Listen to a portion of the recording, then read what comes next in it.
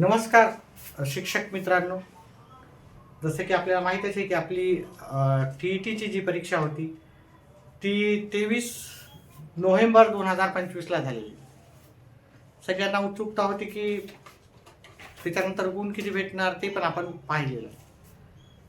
आता आपल्याला सर्वांना जी आतुरता आहे पुढची की आपल्याला उत्तरसूची आयोगाकडून कधी येईल, आयोग आपल्याला उत्तरसूची कधी देणार, त्याच्यात किती प्रश्न बाद झाले त्याची पण उत्सुकता आहे. कारण पेपर 2 मध्ये आता आपल्याला माहिती आहे की थोडेसे बऱ्याच जणांना वाटते की 2 प्रश्न 1 2 3 प्रश्न 1 ते 3 प्रश्न चुकीचे असण्याची शक्यता आहे.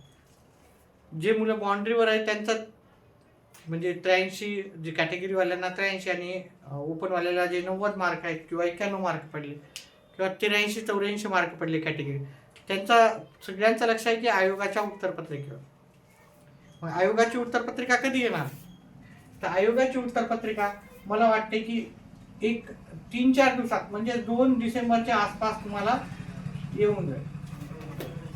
आता ही जी उत्तरपत्रिका राहते ती आपली उत्तरपत्रिका आयोगाची फायनल नसते.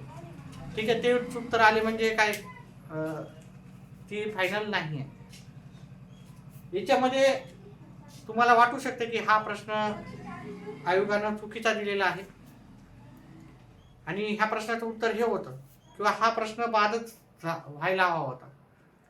जो पण तुमचे प्रश्न आहेत तुम्ही ते आयोगाकडे एक मेलद्वारे कळवू शकता. कधी कळवू शकता?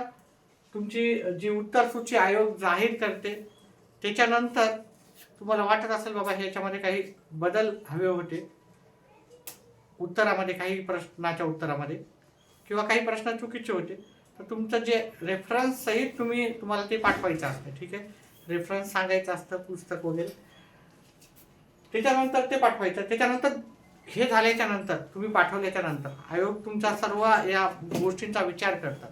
तुम्ही प्रत्येक सांगितलेली बाब बरोबर आहे का तपासून पाहते.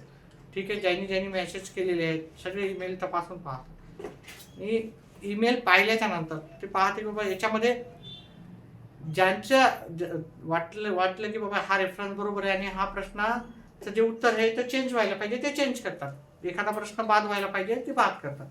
मग त्याच्यानंतर अजून एक तुम्हाला उत्तरसूची येते, ती फायनल उत्तरसूची असते.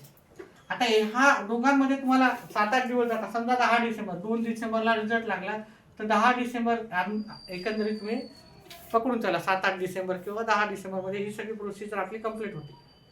त्याच्यानंतर आपला रिझल्ट जो येण्याची शक्यता आहे. ठीक आहे, अंदाजा 1 महिन्याच्या आधीच येतो. त्याच्यानंतर तर समजा की आपल्याला तुमचा रिझल्ट येईल 5 जानेवारीच्या आसपास, 5 जानेवारी 2025, 1 महिन्याच्या आधीच येतो. 10 डिसेंबरच्या नंतर 1 महिना पकडा, त्याच्या एक 4-5 दिवस आधी, खूप झालं 10 जानेवारी, पण त्याच्या आधीच 4-5 दिवस आधी पण येऊ शकतो.